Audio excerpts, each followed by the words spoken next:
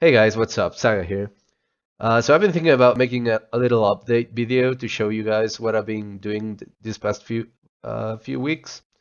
Because people have been asking me a lot about when the next version of Elizabeth is going to come out, and I've been working on it. It's getting there. It's getting there a little bit slowly, but it'll get there eventually. Basically, right now, what I'm doing is a more general flight solution for Lisbeth, and not just for Lisbeth, but really for anything, like to make agile fly to menders and any other kind of project that I might want to make. So right now, Lisbeth can fly, but it's very limiting. I actually have to mesh around hotspots manually, and usually Elizabeth can only fly around those hotspots then, and it uses predetermined paths to go from one hotspot to another and so on. So it's very limiting. And it's not something I can use for something like Agile, for example, because the user can be anywhere in the zone and then decide that it needs to go to a mender.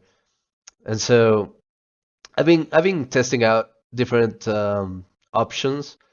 I tried out meshing the entire zone, meshing the obstacles in the entire zone using an octree and a flood fill raycast algorithm. But the problem was that the resulting mesh files are just too big. Because even if you mesh only the obstacles, right? Even if you mesh, for example, just the contour of these cliffs, the nodes are very fine grained. Like they're around 4F in length. They are like cubes that measure 4F. And I really didn't want to increase the cube size, and meshing the entire zone, it just results in files that are a few megabytes in size, and that's just too much. Especially if I want to keep distributing Lisbeth through the auto updater, which wouldn't work with something like 20 megabytes of mesh files. So instead, I've been thinking what other options there are, and I think I'm getting close to what I ultimately want to use. So I'm gonna showcase that right now. It basically is a combination of the flood fill raycast measure, and also, well, I guess it's just that it doesn't mesh the entire zone preemptively. Rather, it meshes just the parts that it wants to use. So basically, the idea is that I don't have to mesh the entire zone for something like this with, right? Because most of the usage is going to be around hotspots. So why would I want to, for example, mesh, those cliffs on the distance there where no one is going to fly around that and so on. So I also want it to be automatic though. So the way I'm testing it right now is basically you basically fly blindly the first few runs, but the more you fly around an area, the more like the bot will learn how to better fly around that area. So subsequent rounds are going to be smoother and faster and have better paths and so on. So the first few times you fly from point A to point B, it's going to look a little bit clumsy, but the more times you fly from A to B, eventually the bot is just going to find the optimal path and follow it. Um, and the important part is that even on the first run, the bot is going to find the destination, even if it takes longer than expected. It's still going to get there.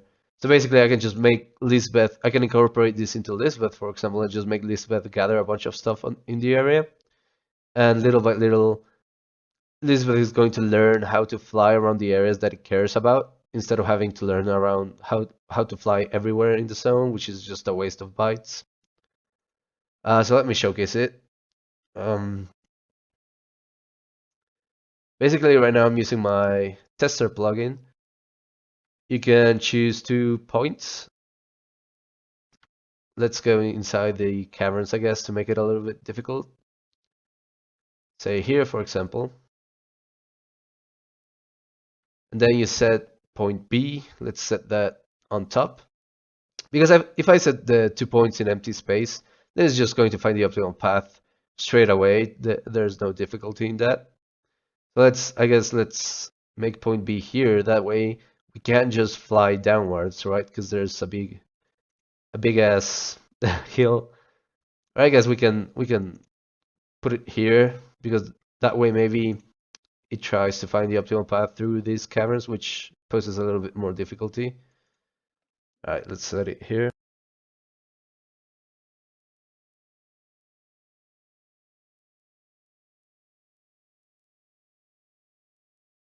All right, so now we just let it run. You'll see that this first run, yeah, it's going to be very slow and clumsy. It basically doesn't know anything about the terrain of the zone because I'm using an empty mesh right now. So it'll stop a lot. It'll try to go through. Basically, right now it's trying to go through the cliff downwards towards the destination, but it's finding out that it can't do that, right? But it doesn't know where the edges of the cliff are right now. A little by little, it'll learn, and you'll see that subsequent runs are going to be eventually like after 3 or 4 runs, it's just going to be a straight line towards the destination using the optimal path. You can see right now it actually found relatively quickly, I'd say, the a way to get down there. So now it's going to try and go back up to where it started. And you can see it's having a difficult time because there's a big ceiling up. And it's kind of getting there. It got there relatively quickly. And now that it knows about that other path, it's going to take that one towards point B. Because I guess it determined that it's faster than the first path it used. There it goes. Now it's still trying to figure out what the optimal path is. You can see it's still trying to move around and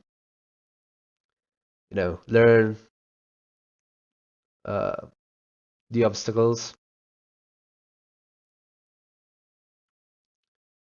You got a little bit of hiccup there because it landed, but there's preventions for that, so that's not a problem. You might see on the reborn body log some red text sometimes. That means it got stuck, like it thinks it's surrounded by obstacles. But it also has some prevention measures there where it'll try to find an escape route. So right now it's still trying to find a better path than the previous ones. You can see the red text there, and you can see how it got out. It's still trying to find a better path, but eventually the Pathfinder will have sufficient data to find the optimal path from the get-go. So when that point is reached, it wouldn't even make those little stops. It'll just fly straight to the destination. And the point is that all of these that the body is learning right now, it'll get saved onto a save file, right? So every user can have their own mesh, you could say. So you don't have to distribute them. Like you can distribute a base mesh. Like I can let Lisbeth gather stuff around the area for, I don't know, 5 hours or so, and make kind of a mesh out of that. But then if the user ever has to fly anywhere that I didn't fly when I made the base mesh, it doesn't matter. It's just going to mesh whatever the user needs, right? So you can see now it mostly found it basically has found the optimal path now. So every time it goes from point A to point B and then B,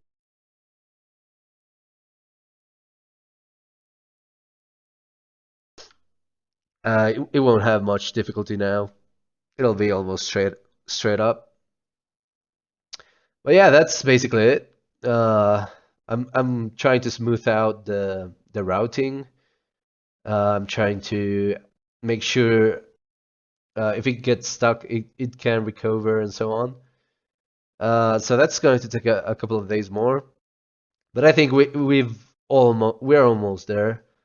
And then I can keep working on the new Elizabeth UI and incorporate this flying with the new gathering logic that I was working on before. And so yeah, it should be there soon, guys. See ya.